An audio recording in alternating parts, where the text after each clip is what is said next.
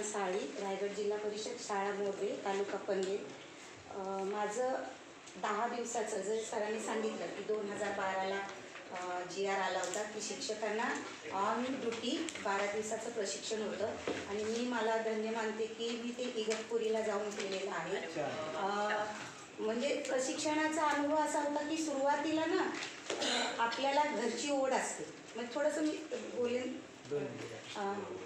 की सुरुवातीला घरची ओढ असते आपल्याला त्यावेळेला की मोबाईल ठेवलेला असतो आणि आता काय करत असतील, हे काय करत असतील, ते काय करत असतील, असं सगळं विचारचक्र चालू असतं. असे 2 दिवस जातात. पण तिसऱ्या दिवशी रोज संध्याकाळी सामान्य गोयंका सरांचं ते TV वर हे दाखवायचे लेक्चर. त्यांनीसुद्धा त्याच्यात सांगितलेलं असतं की असं वाटतं ना की पळून जावं तुम्हाला. पहिल्या दुसऱ्या दिवसापर्यंत असं वाटतं की पळून जावं.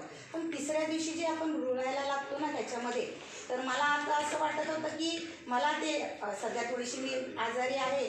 थोडंसं वाटत होतं की अरे मी माझ्या घरीसुद्धा बोललेली की मला विपස්සनाला परत जायचं आहे. आणि तो योग मला माझ्या केंद्रप्रमुख ठाकूर सरांनी दिला की ते आजारी असल्यामुळे त्यांनी मला प्रतिनिधित्व करण्यासाठी इथे पाठवलं. तर म्हणजे इतकी हे आहे ना. आणि मी आवर्जून सांगेन आणि अभिमानाने सांगेन की मी जिथे जिथे कार्यरत होते, शाळा निडी रोहा तालुक्यातली तिथे चालू होतं, नंतर अलिबाग तालुक्यातली सामरी तिथे मी चालू केलं आणि गेली 4 वर्ष माझ्या मोरबे शाळेतसुद्धा हे आनापान चालू आहे.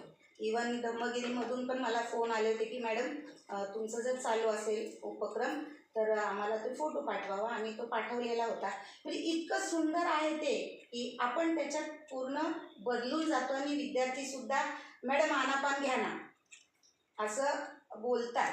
इतकं सुंदर आहे की आपण खरंच त्याचा जे पूर्वीचं जे आपलं हे आहे ते आपली संस्कृती ती आपण आत्मसात करायला पाहिजे. पर्यायाने आपण सगळ्यांनी आज आपल्या शिक्षण क्षेत्रामध्ये जे आपण दिवसेंदिवस बघतोय की आपली जी प्रत्यक्ष नेमणूक आहे ती बाजूला राहते आणि आपण दुसऱ्याच कामासाठी विभागले गेलो आहे. ते न करता आपण हे आपलं जो शासनाने आपल्याला आता संधी दिली आहे ती आपण राबवूया आणि सगळ्यांना सुसंस्कृत आणि सुसज्ज बनवून उद्याचा भारत घडवूया एवढीच इच्छा व्यक्त करते.